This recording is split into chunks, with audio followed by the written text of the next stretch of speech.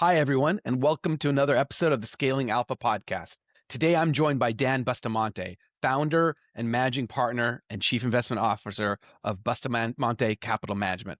It's a San Juan-based alternative investment firm he founded that runs concentrated value and event-driven long-short portfolios for accredited investors and qualified clients. Dan also runs the Long Vol Report, a weekly research publication used by hedge funds and RIAs, and has been featured in Bloomberg, Forbes Business Insider, and Fox Business. Dan, thank you so much for joining us today on the podcast. Hey, thanks for having me on. Good to be here. Appreciate it.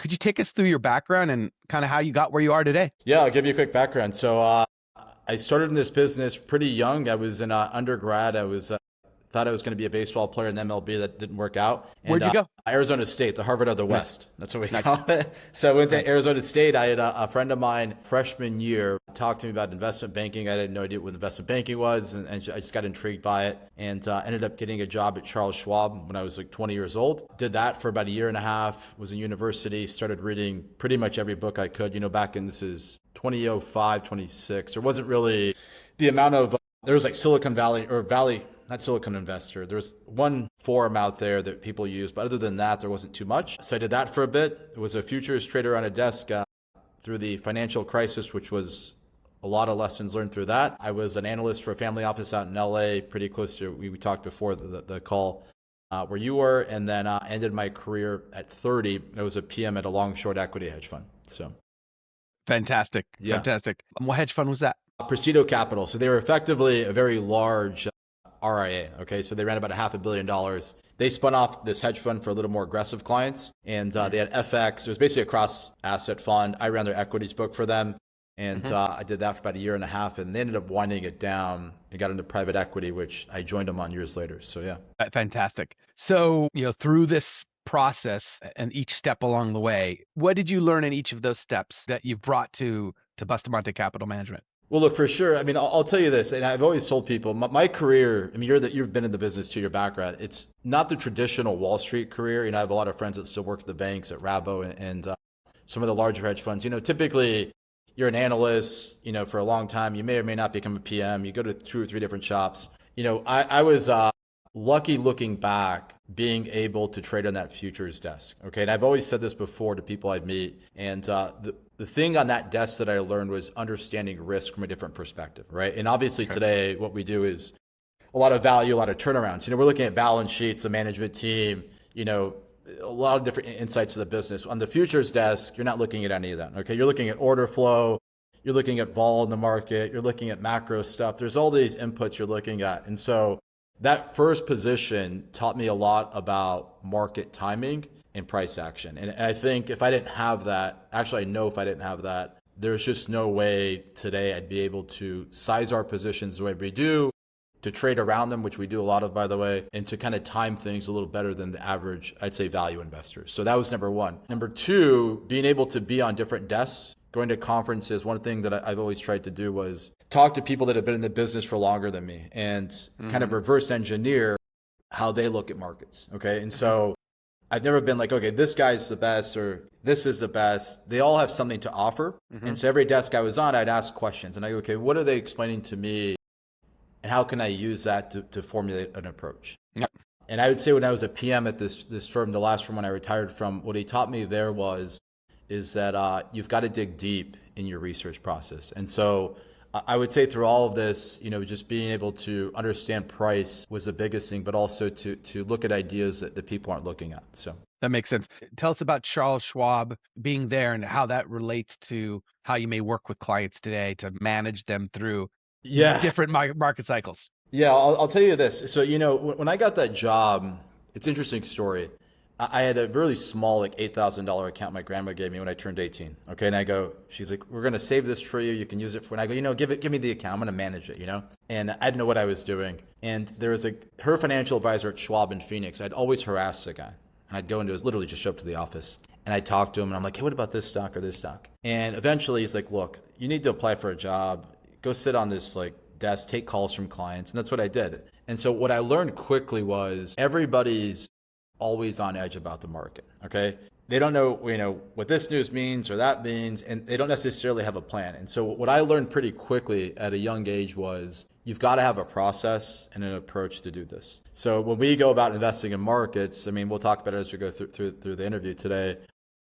It's pretty repeatable. And when we have market downturns, or I'll give you an example. I think we're going into rotation into Q3. I had to write our clients a letter the last quarter. And I go, look, everybody relax. Everything's got crazy. We don't chase these shiny object stocks. Just be patient, okay? And so that was number one, being there, is to understand the backing. So I was taking all these calls of seeing everybody panic, especially during the GFC, by the way, which was crazy. Is that, again, it's just, you got to understand what's going on and being ahead of the ball. So that was a big thing for me. Got it. So there's a big difference between, trading capital or investing capital at these big, large funds and desks. What's changed now that you're running your own firm with your own money, and probably your initial outside capital from friends, family, people you know? Well, look, I mean, so I was never in a traditional fund, right? I have friends that work at, I don't know how to pronounce it, Balsani. It's another very like mega funds, right? And when I was on the futures desk, one thing that was very different than today is we were basically graded on a day-to-day basis, right? I mean, Yep.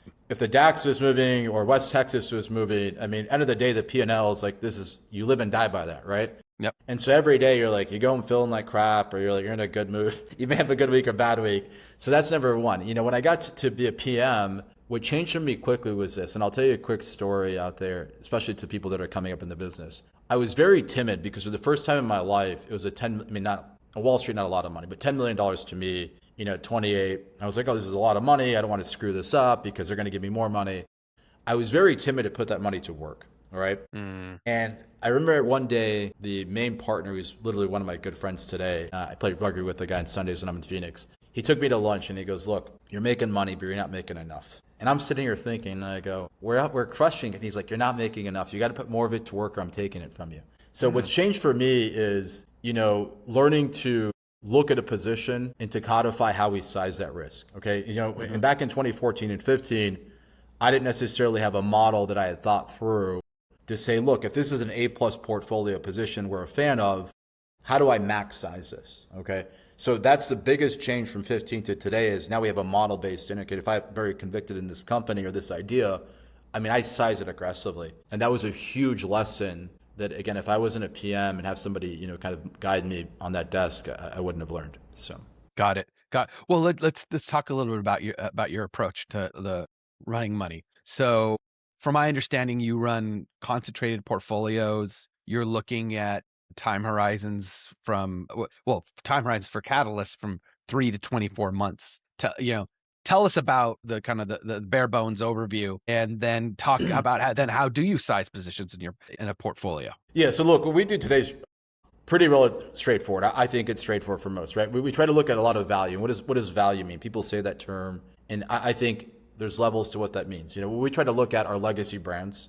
Boeing's been one of them as the past years we've been involved in. Generac's been one of those brands. Estee Lauder has been around for, century plus. So we look at these companies that have been around, that are cash flow, positive, or they're on a downtrend and they're trying to, get it, come back to life. So we focus on that primarily. As far as capital allocation goes, we have a risk limit anywhere from like 5 to 10%. And my thought process on most of this, and I told all my clients, in fact, I had a call with one of them 2 months ago, right? Everybody saw this market rally in quantum and AI, okay? And everybody's making all this money, and things are up 50% in 1 month or 80%. And I get this call from him. He goes, look, he's like, my personal portfolio is crushing it. He's like, what's up with our positions this quarter? And I go, look, it's not what we do. We focus on these companies that, typically, like I said, 3 to 24 months, 36 months are turning around, or there's something happening as far as the catalyst goes. And I go, we don't want to sit there and try to swing for the fence on something that I don't understand. Okay. So when we build these portfolios out of 8 to 12 companies, if there's one that doesn't work, that's fine. But if we're sitting there and we're concentrated on 2 or 3 ideas in the portfolio and one doesn't work, I don't want to get carried out in the stretcher and have to write a letter to my partners. By the way, a lot of the money in the LP outside of the SMAs is my money, so I have skin in the game. I don't want to sit there and write this letter and say, look, I screwed up, I'm this idiot. We want to be able to sit there and have these positions all work in conjunction to try to be, risk adjusted. And I know that word's thrown around a lot, but that's the approach that we take. We want to build a portfolio of good companies, boring companies, by the way, and just be patient and arbitrage the time of trying to be right on that. So Makes sense. So, you talk about catalysts, right? Value and event driven strategy. And you really do need to depend on a catalyst to create that sort of turnaround, that step change that you're looking for. What's different about how you try to detect that catalyst and qualify that catalyst to determine if it's a true catalyst that you're going to believe in and put money in? yeah, I mean that's a great question. So I think look, one thing when I was very young, especially in undergrad, reading and read, I'd read a lot of letters from like a lot of the value guys, Seth Klarman, Dan Loeb stuff. There's some other guys. They'd write these letters, and I try to read what they would do, and go, why are they doing this? Okay, they're not just buying this because there's something there that makes them think in this manner. So one of the things about reading that and looking at white papers when I was younger is on the turnaround situation. Most turnaround situations, you can pull in financial levers, right? And whether that lever is, laying off workforce, typically it's monetizing an asset that's underperforming, or you need to offload the balance sheet to make sure there's solvency risk in the business. So that's number one, okay? Is do they have assets they can get rid of? Okay, can they get cash flow back to start to healthy levels so they're not going to go BK? And then number two, and I think important in any business, whether it's private enterprise, whether it's publicly traded companies, is the management team. All right. The biggest thing I've seen, I've invested in private companies before, is when you have bad management, they can ruin a business. But good management can come in, like Kelly Ortberg at Boeing and some other examples we get into, and they can fix that business. So number one is the financial side. What can they pull on levers wise to save this business? But number two, do you have the steward of that business to sit there and fix it? And those two primarily, in any deal we look at, those are the first two things I look at every single time. So the financial side of it probably is a little bit easier to quantify, right? Yeah, I'm not saying it's easy. It's easier. Management, that's a very subjective topic. Do you have a framework of qualities that you're looking for, or signs that would disqualify a management team or leaders from being good versus bad management? Yeah, of course. I always make this joke. I always talk about stock-based compensation, Right. which some management teams and boards are notorious for. So number one, and this isn't really necessarily prevalent to turnarounds or value. Whenever I see a management team with exorbitant SBC, they're just not in the same side as you, right? Those aren't people I want to be in business with.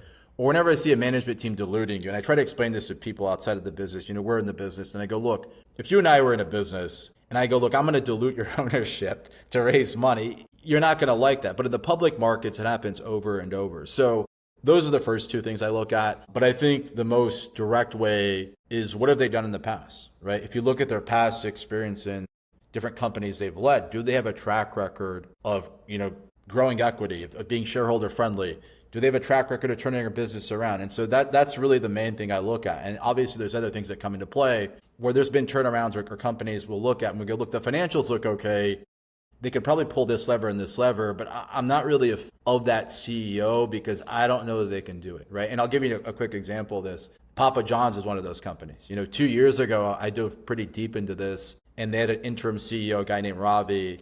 And I go, I don't know. He's an interim CEO. Like, I don't think he's the guy to do it. They finally brought somebody in. So we started watching the business again, right? Because they kind of got somebody in there that's, with a history of doing this. And so we started to pay attention to it. So that's what I would say. So essentially, if there's a management team or a CEO and you do not have information about that you can assess to determine whether they have a good tracker in the past, you would just stay away from that opportunity. Yeah, or just size the position small just so I pay attention to it. Makes sense. So let's circle back to the stock-based compensation, right?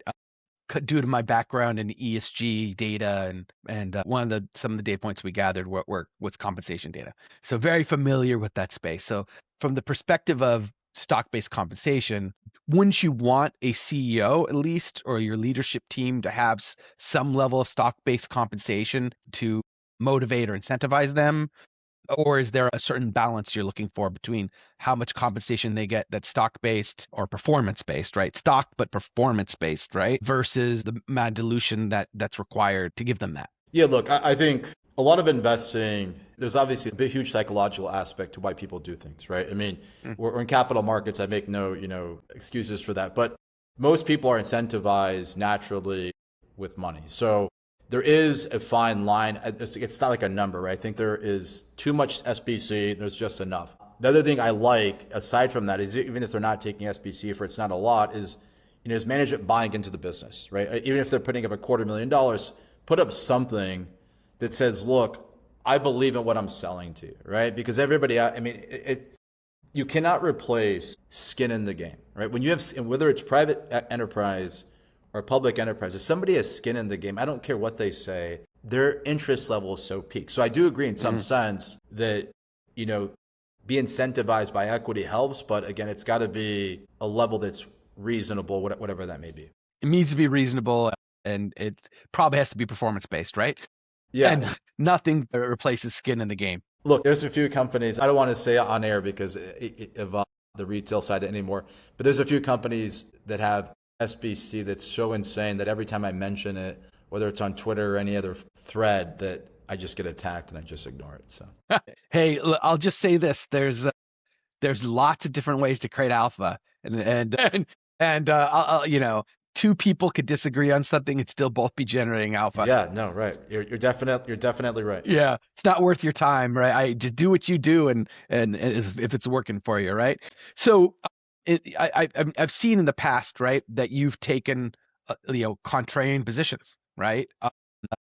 A lot in the past, right? And I've seen the consensus of the market thinks something. It by definition, it's probably something you have to do a lot because you're finding these companies that may be lost, used to be run well, haven't found their way, lost their way, haven't been able to find it, right? And so you're probably betting against what everyone else thinks, right? What gives you the conviction to do that? And how do you detect if you're wrong? Okay, so the first part, I mean, look, if I were to go back and look at my early readings, so, I got my hands on Seth Klarman's book when I was 19. Long story there. I'll spare you, everybody. And I would read how he went about investing in companies. And I started reading Benjamin Graham and obviously Warren Buffett and other value guys out there. And what I would always see, especially with Buffett, is, he's always paying attention to things, not to quote him too much because I think people do that a lot, is paying attention to things nobody's really watching. And I'll give you an example. Sun 2 Tzu. years, yeah. Kind of like Sun Tzu. Yeah, which is a great, by the way. Even Jesse Livermore, I'll quote this real quickly. He said in his book, if you've read it, there's nothing new under the sun, okay? And I believe that because if you go back and you look at every market rally, whether it's in tech or whether it's in some meme name, it'll rally for so long and then the bottom falls out, okay? And there's certain companies like right now, and I'll give you one, Stanley Black & Decker, nobody's been paying attention to this. We own it. It just made a new 52-week high, I literally think today. But we were buying this thing in the 60s. I've been buying it for 2 years because they're selling off assets, they're turning it around. It's a play on real estate. But nobody's paying attention to it. And once it gets to a play where, I'm just saying hypothetically, let's say Warsh cuts rates or becomes less hawkish in 3 or 4 months. A lot of that stuff will reprice. And what happens is Main Street that don't do this 24/7, 365, like guys like myself and others do, they rush in, they're interested. All of a sudden, then we get this, we call the retail premium effect to it. And I'm happy to give them the shares at that price. Okay. And so that's how I'm always looking at things. And I'll tell you a quick example. 2 years ago, I had a client of mine who's a commercial real estate investor, and we bought Advanced Auto Parts. And he goes, hey, why are you, I'm not questioning, but why are you doing this? I'm just telling you, we own a strip center and they just canceled their lease and they've been delinquent. I think there's a problem. I go, there is a problem there. There's a huge problem with the company, but let me tell you what you're missing here. They're fixing it. They're going to sell off this company called WorldPack. They're closing all these stores. They're going to fix the business. So surface level, there's a problem. And if you look at it from that lens, you're like, okay, I want to stay away. But we looked at it and go, look, within that problem, they're going to fix this business. And you have to, and going back to our conversation, earlier, you've got to go below surface level to figure these things out. And that's where a lot of alpha is. And there's so much of it out there. But I think most people just, what's the headline, and they chase the headlines. So there's a contrarian position where the market is generally thinking bad about this company, which a lot of times that's going to be priced in because you're looking for those types of things. That's a good thing for you, right? Yeah. How do you?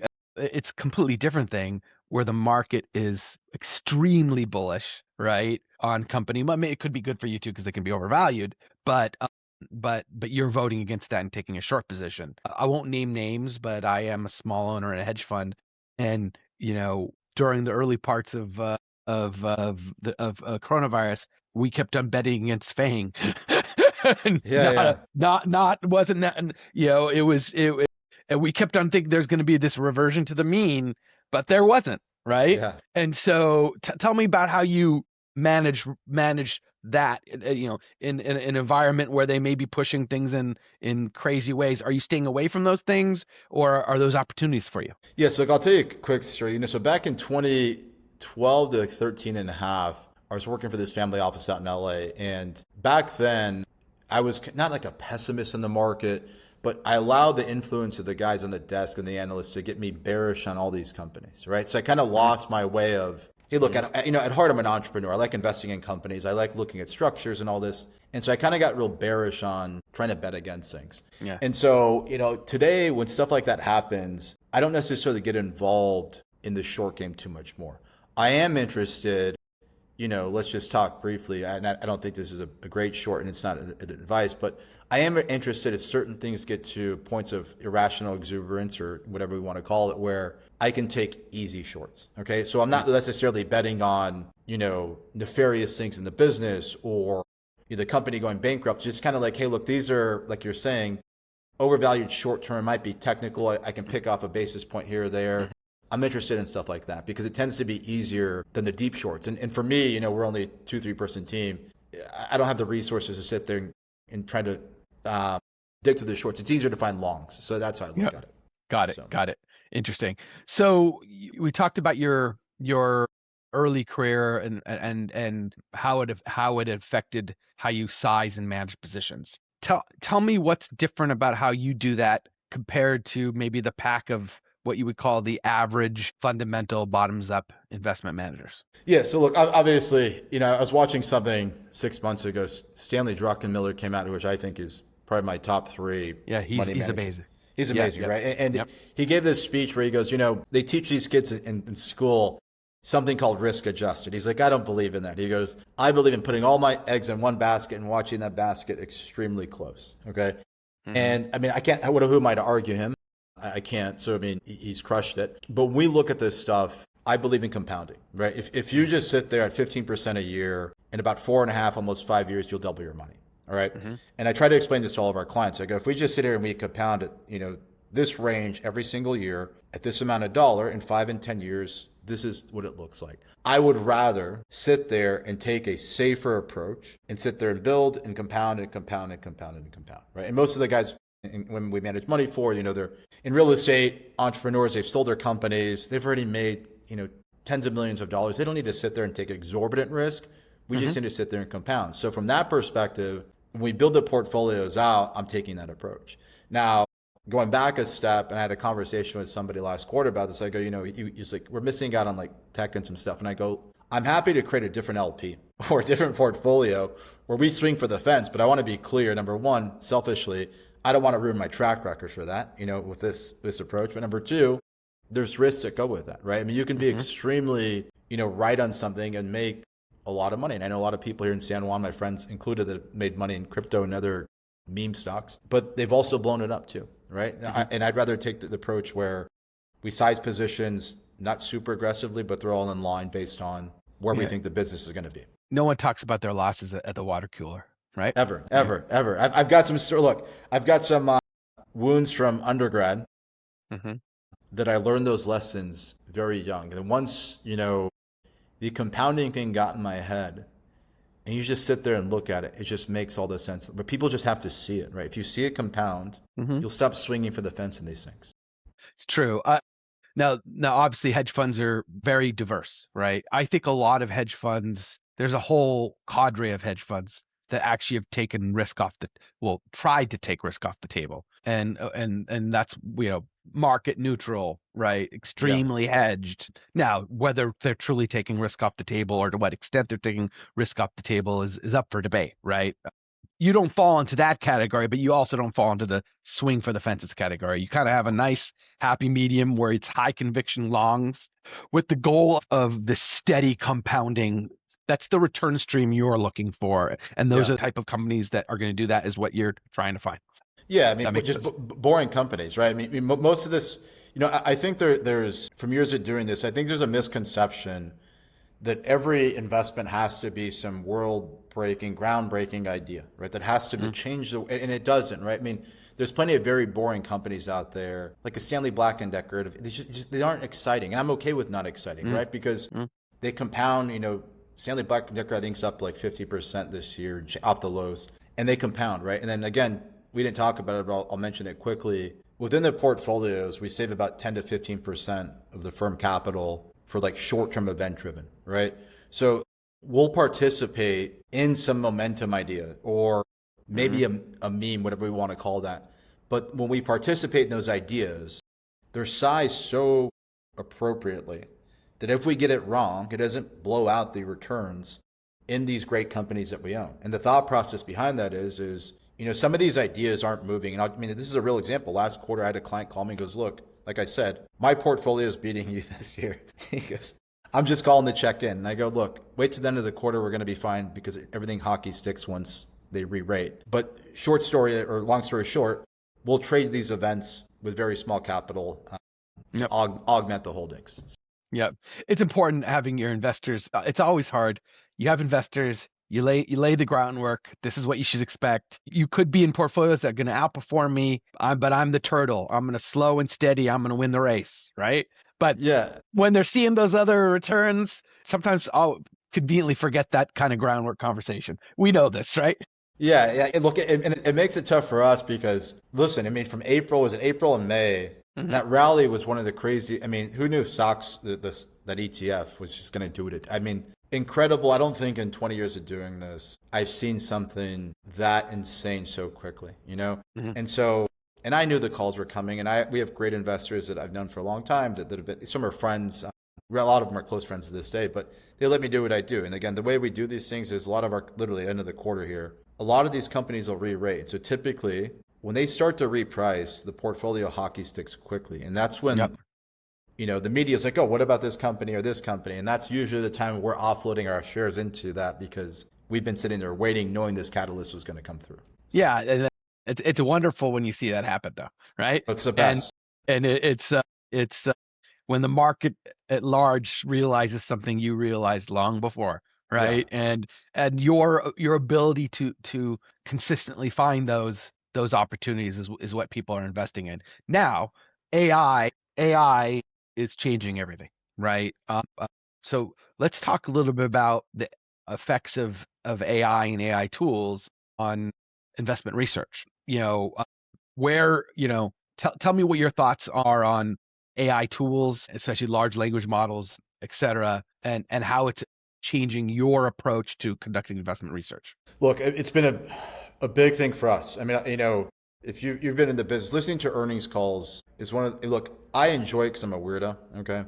But some of them are just so long, and some of the questions I don't want to listen through. So one of the things that we've been doing since it's come out is plugging in the call. And I'll say, hey, summarize this in 30 minutes or 10 minutes. So if I'm busy like during a week or I'm traveling, I want to listen to it quickly. I can listen to a few things. I'm looking for keywords in there. And if there's something that catches my eye on a company we're tracking but not invested in, I'll then go back and listen to the whole call. Okay. Or I'll plug in the earnings report and I'll go, hey, find the key details, kick it back to me. And I'm looking. And if there's something that catches that, I'll then dive into the company. So from an efficiency perspective, it's changed the entire research process for companies that we're tracking and made my life that much easier. That's like so one of the biggest things. It's been helping you on the idea generation funnel portion of your workflow. What about once you find a company? Tell me about how it's helped you on doing a deep dive. What are the pros and cons? Has it helped you on it from a deep dive? Has it not helped you? What are the pros and cons you're finding? Well, look, I mean, most of our information is source data, right? I mean, when I'm looking at a company, and this may seem old school, but I look at the financials, right? I'm literally just pulling up, what the company's doing. I'm looking at their cash flow, their debt, maturities on the debt. I'm literally reading through 2 or 3 earnings reports, listening to the calls, and I'm listening to what they're saying to me, then looking at the numbers to see if it matches. So Mm-hmm. from that perspective, I'm not necessarily using AI to dive in and try to find information on a business, right? There might be things, the recent, this Papa John's things that we're looking at again. I wanted to understand some franchise location businesses, and I used Claude to go and say, okay, what about this and this, and tell me about this, and just to get more information, but it wasn't necessarily data that was going to make the investment decision a yay or a nay. Mm-hmm. So from that perspective, it's not a huge differentiator for me. Got it. Got it. Have you seen for the stuff you do look at it for this deep dive, like the financials and what have you, management quality, like the things that you're trying to discover about management? Does it help you there? And again, where has it gone wrong? If you've tried to use it for those types of things, where has it gone wrong? I mean, really, I wouldn't say it's gone wrong. I mean, I'm telling you, it's just been so efficient for me to go in and sit there and summarize earnings, especially the earnings calls, because Got some it. of these earnings, I mean, Yep. there's companies I sit there and track, and I'm kind of interested, but I'm kind of not, because it's like I'm watching it from a distance to wait for something to happen. It just speeds it up that quickly. Yep. As far as gone wrong, there's been a few things here and there on some, like there were some questions I had where I noticed the answer came back, and I'm like, I don't think this is right. I think this is wrong. And so I would ask it a different way. And I'm like, I knew this was wrong because there was something I Yeah. kind of knew already. Because of your instinct. Yep. Yep. Yeah. And so You you haven't done kind it. of have to sit there and prompt it, Mm-hmm. and be like, nah, like it's just kind of telling me what I want to hear. Yep. And so there's been stuff like that where there's been issues. I will say this. I think for a lot of investors that don't know how to prompt it, it's going to cause issues because they're going to get information that it's almost like, what do you call, what's the term? You're just kind of talking to like a, It's sycophantic. yeah, just telling you what you want to hear, Yep. So I Yep. think that's going to be a problem. And I've seen a lot of that already, especially, people, especially on Twitter, right? You type something, someone's like, all right, is this real or not? And like, yeah. So, And then what about it from the perspective of grabbing the financial data that you want to analyze? And is that something you do, or is it something where you'd rather just open up the document and look at the places where you know you want to look? yeah, I'll tell you this. I mean, so most of the stuff, not every company website, but most of them, I can sit there on the earnings reports or Edgar, like, hey, look, as soon as, like, for example, probably you keep using Papa John's because I'm watching it closely. Whenever there's something uploaded to Edgar, there's a company change, it emails me a notification.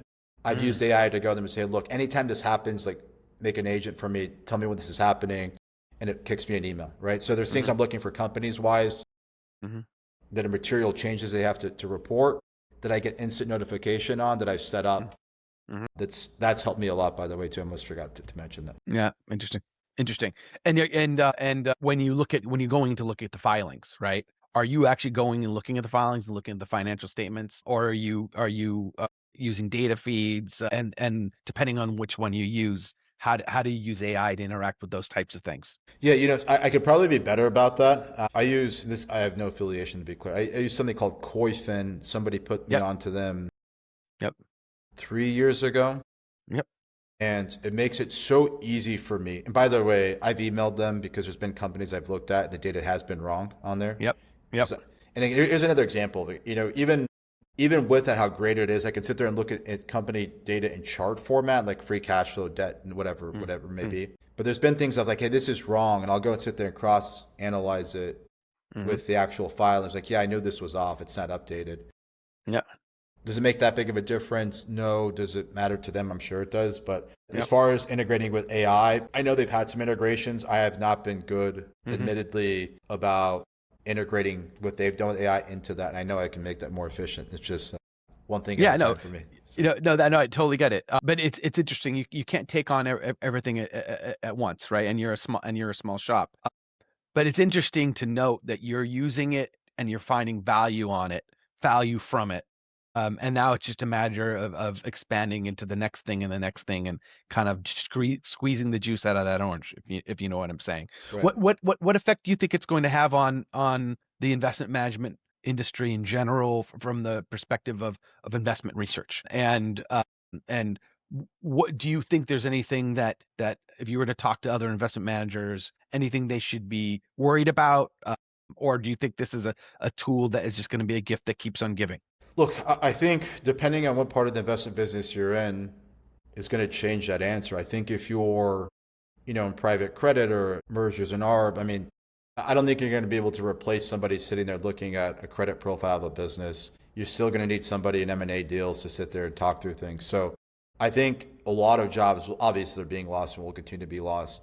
But I think in certain segments of the market, the human element is going to be a big thing. I don't think you can replace that. Number two, intuition, which I think is really just seeing the same thing over and over and recognizing it. I don't know that AI can replace that. And I'm a believer in, I've been on the desk literally like 20 years I've been doing this, so Yep. you see things, you just know, like it's instant. I don't need to research some ideas. So short term, we'll put them on. So I don't think that's going to change. I think as far as managers go, I think a lot of the work probably gets worse from some analysts. I just think that's going to be the case. I think we've seen it through a lot of things.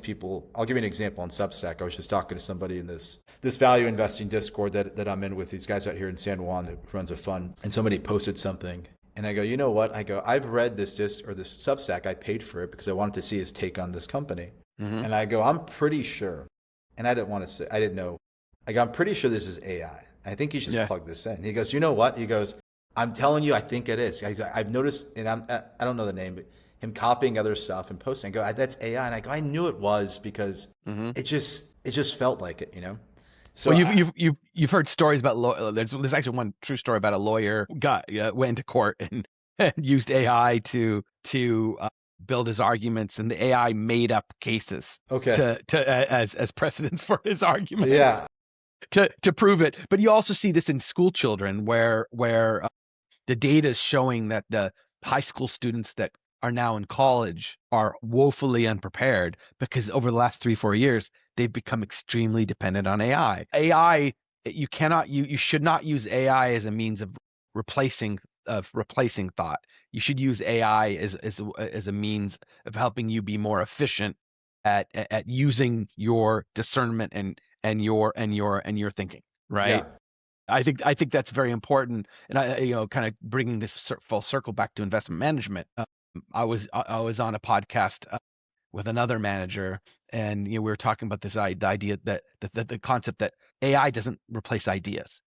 AI is not going to replace you because your ideas, the things you look for, the how you define opportunity that's worth putting capital behind is the way you look at the world. And AI is not built to look at the world the way you look at the world, right? And so AI can make you better, but it's not going to replace you. And when deployed well, it will instead of, let's say, you source 10 new ideas every year, maybe you could source 30 or 40 new ideas every year, but now you have a better opportunity set to put into your 8 to 12 positions, right? Yeah. Wouldn't you say this too, I mean, you're more involved in it than I am, but wouldn't you say it's how you prompt the LLMs to get the most out of it? Wouldn't you say it's a big feature of this?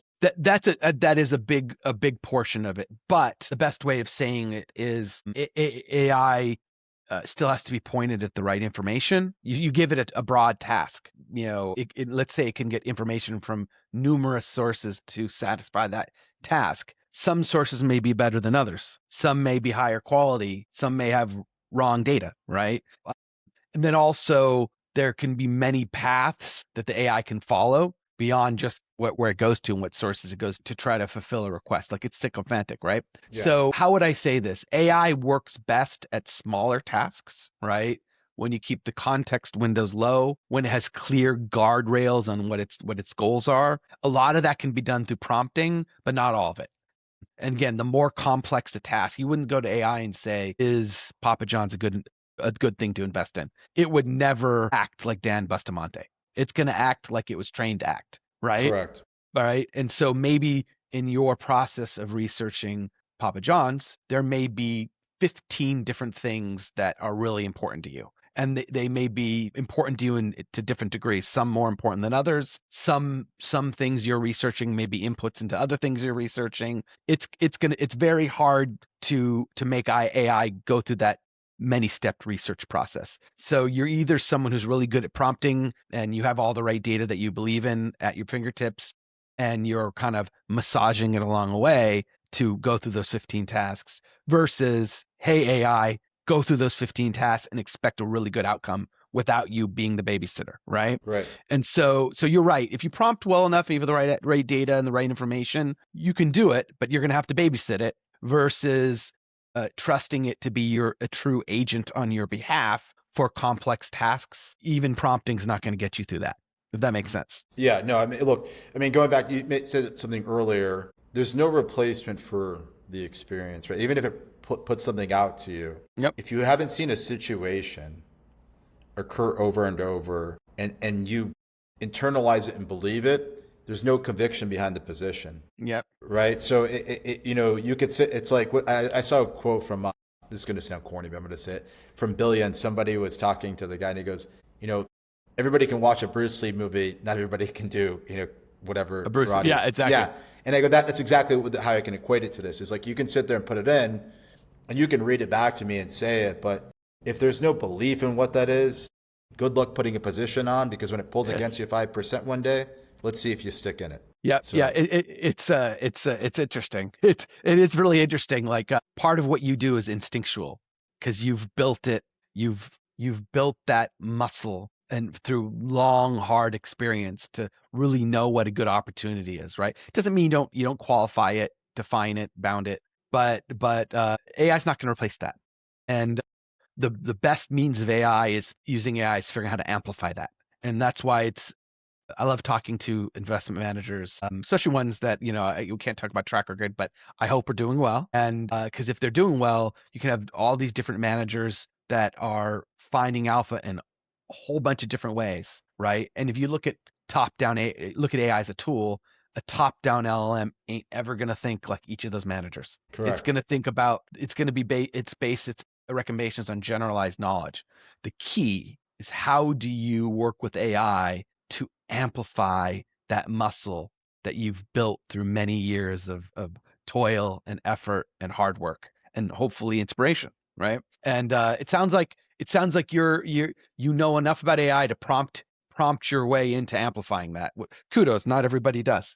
Yeah, So that's Look, pretty cool. It's been an interesting experience through Grok and ChatGPT now and Claude, which I'm a big fan of Claude so far. So I think I'm gonna get rid of the Grok one. Sorry, Elon. Get over to Claude and use that. But it's been interesting. I'm just telling you, it's made everything efficient for me. Not even in just the firm, but even on the research side. It's, we write the report and we can sit there, and if I need new catalysts in the company, I'm like, hey, look, what happened recently? It tells me, so I don't have to sit there and go through it all. So like what? Yeah, that is a great use case. So tell us about the long ball report. Yeah, so the long ball report is something I started on suggestion of a friend of mine, also out here at San Juan, actually a little bit further in San Juan. He wrote an event-driven letter. He and I were meeting about 4 years ago. He goes, look, if you want to get the word out there about your approach, write a letter, give it away for free. We gave it away for free for a year. I paywalled it. Every Sunday we put this out with about 12 to 15 equity ideas. So nice. Literally, I mean, long, short ideas, value, event-driven. And we have RIAs that buy this, a few small managers that get it, a lot of DIY investors get this research, and I put a lot of that out there with not every idea with AI, but a lot of the stuff that, if we're looking at a company, I go, hey, there's been any upgrades or downgrades, kick it back so I can sit there, re-update it.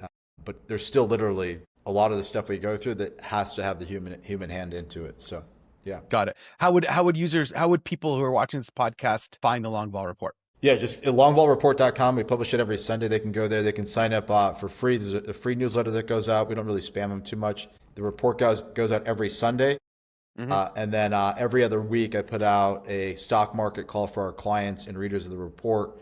I go through Q&A so people can send in questions, ask about companies, the approach, the market at large, and all of that's at longballreport.com. So, got it. How would they find your firm? BustamanteCo.com is the website. They can go there.